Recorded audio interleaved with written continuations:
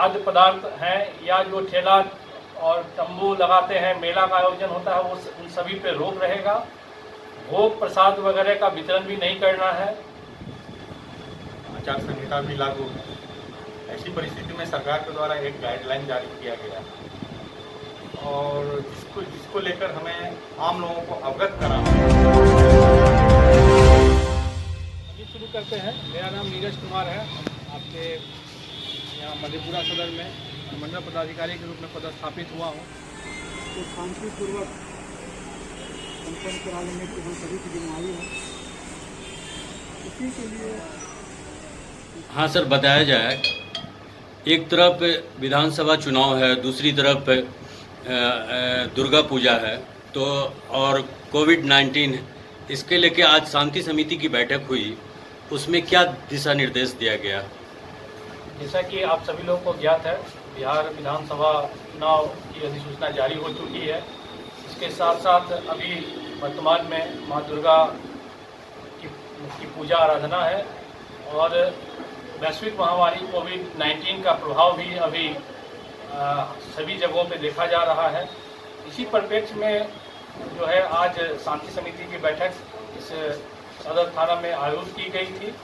इस शांति समिति के अतिरिक्त हमारे मंडल के सभी थानों में सभी शांति समिति के जो सदस्य हैं, गणमान्य सदस्य हैं, उनके साथ बैठक की गई। उन लोगों को जो गृह विभाग के द्वारा जो दिशा निर्देश जारी की गई है, उसके बारे में उन सभी लोगों को अवगत कराया गया कि जो अभी विधानसभा चुनाव के निस्बत जो मॉडल कोड ऑफ कंडक्ट लागू है और वैश्विक महामारी को देखते हुए जो विस्तृत दिशा निर्देश है कि जो भी हमारे अस्थाई संरचना की जो मंदिरें हैं और जो निजी घर हैं, उसमें ही अपना वो पूजन कर सकते हैं।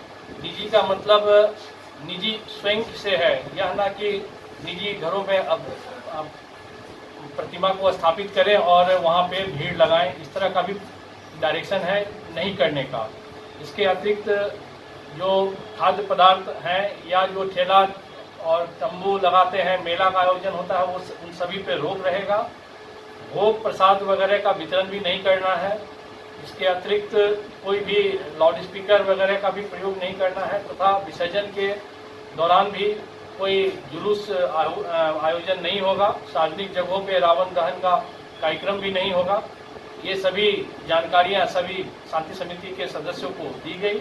उनके द्वारा जो है इस सभी गाइडलाइन को पालन करने का उनके तरफ से हम लोगों को ये एश्योरेंस मिला है कि मैं सरकार ने, गृह विभाग ने जो गाइडलाइन जारी किया है उसको मैं अक्षरशः पालन करूंगा और इस कोविड-19 के वैश्विक महामारी से निपटने में प्रशासन का सहयोग करेंगे। सरकार के द्वारा समय समय पर कई प्रोटोकॉल जारी किए गए, आचार संहिता भी लागू है।